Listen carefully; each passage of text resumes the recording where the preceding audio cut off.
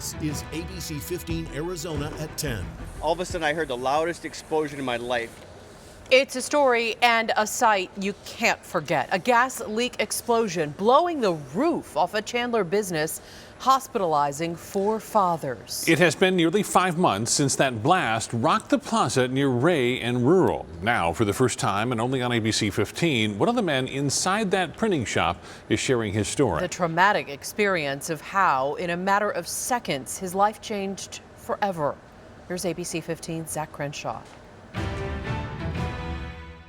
August 26th started like any other Thursday for Parker Mildebrandt. The 29-year-old just headed into work at Platinum Printing. I was the general manager, so kind of ran parts of the print floor, helped customers out, and just get the work done. Did you like it? I loved it. What do you remember about that morning? I was writing an email a little after 9, and next thing I knew, I was on the ground. A gas leak led to this explosion. A dash camera across the street capturing the magnitude of the blast. I remember when it happened, looking up and seeing the sky from where there should be a roof. Parker was somehow able to climb over the debris and stumble out the front. I remember a couple people came and helped me out. Had one guy holding a shade over me to block the sun. As he waited for paramedics, he even called his wife Sierra, who was 9 months pregnant. Do you remember what you told her? So there was an explosion at work and come down here immediately. I didn't know the extent at that point whatsoever. The seriousness of the explosion and his injuries didn't fully set in until he pulled up to the hospital. It was kind of like a movie scene where all the doctors and nurses are waiting for the ambulance outside, and they rolled me out into the sun, and I just started burning uncontrollably all over. And I remember saying, "Get me in the shade." They asked me my name, put the oxygen over my face, and that was it. Do you remember what you were thinking in those kind of final moments? That my wife was pregnant and due any day. And I didn't want to miss that. It was really hard. Parker says he doesn't remember the next week. So I was in a medically induced coma to limit the pain that I would have to go through so that they could do more vigorous cleaning of the wounds.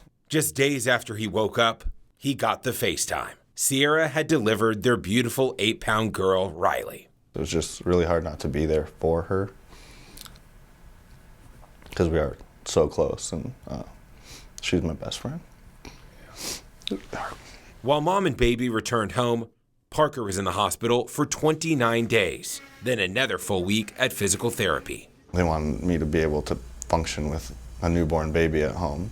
Roughly 30% of his body had second-degree burns. As bad as you think anything can hurt, and it's constant and radiating. Now, as Parker wears compression clothes, they mitigate scarring. He's preparing to file a lawsuit, along with the 3 other victims. They're alleging Southwest Gas and Chevron Phillips knew the Driscoll Pipe 8000 could prematurely degrade and lead to dangerous natural gas leaks. Anywhere this pipe exists, where there's a climate like Arizona, these explosions are going to continue to happen. Get that pipe out of the ground.